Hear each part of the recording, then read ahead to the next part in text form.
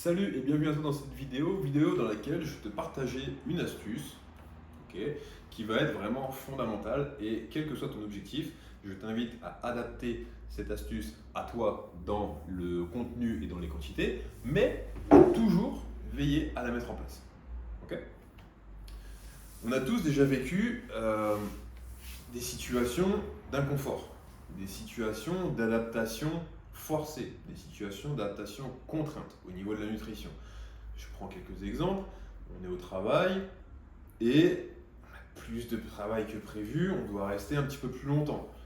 Finalement, il y a un collègue qui est malade, on doit le remplacer pendant une, deux, trois, peut-être 4 heures supplémentaires sur notre journée.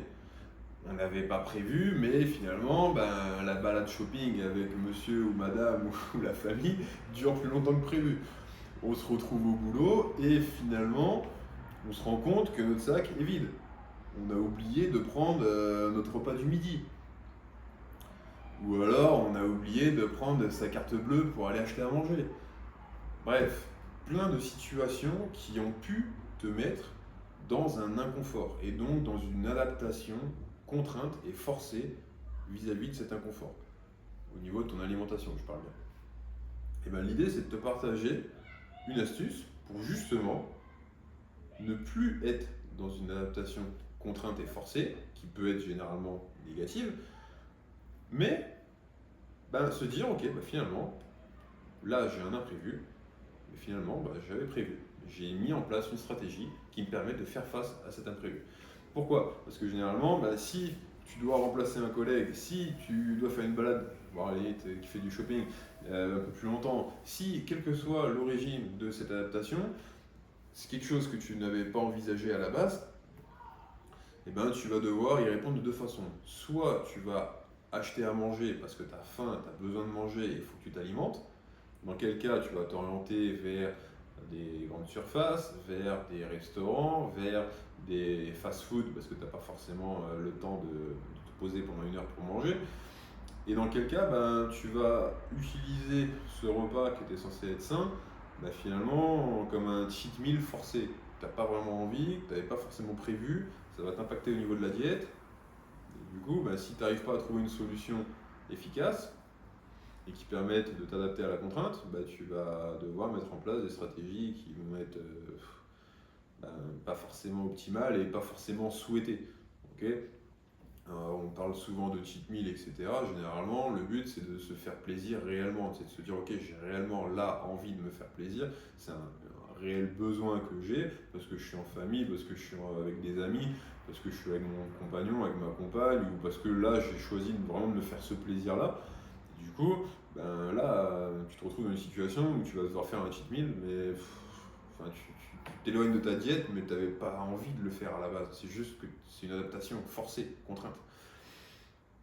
Donc, premier cas de figure où tu adaptes ton alimentation de façon cohérente et finalement tu arrives à t'adapter bien à la situation, ou finalement, non, là, il n'y a pas vraiment de choix. Il va falloir que tu achètes à manger dans un fast-food, il va falloir que tu achètes à manger au kebab en bas de l'immeuble, il va falloir que tu achètes à manger à la petite supérette à côté. Du coup, tu vas faire ce que tu peux, au mieux, mais tu vas faire ce que tu peux. Ou alors, tu vas carrément te priver de manger. Te dire, non, là j'ai vraiment pas le temps, j'ai pas le temps de descendre à la cafette, j'ai pas le temps de descendre au supermarché, j'ai pas le temps d'aller m'acheter à manger, donc pas le choix, je ne vais pas pouvoir manger, je vais pas pouvoir m'alimenter. Et du coup, après, il va falloir que je récupère mes calories, mais du coup, je vais peut-être avoir un pic d'insuline, je vais peut-être avoir des choses, c'est pas bon. Donc, deux cas de figure qui sont pas envisageables. Cette astuce, très simple, consiste justement à préparer une collation, un repas simple, basique, qui t'apporte ce qu'il te faut et qui te permet de tenir jusqu'au repas précédent dans un minimum de temps.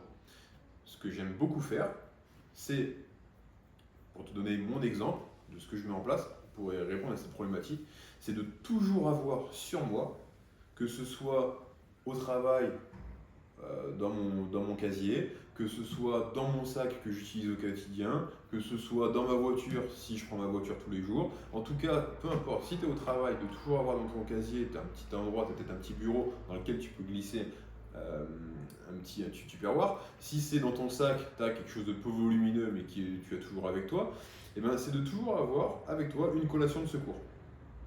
Une collation de secours, repas de secours. C'est-à-dire que ce que j'aime beaucoup faire, c'est que je me mixe des flocons d'avoine, par exemple, pour donner un exemple de ce que je fais.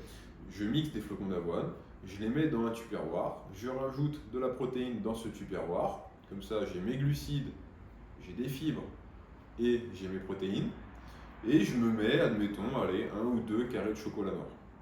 Ça, j'ai un petit côté plaisir aussi à manger, j'ai des lipides, j'ai du magnésium dans le chocolat noir, donc c'est plutôt cool, et finalement ça m'aide aussi à faire passer les flocons d'avoine juste avant.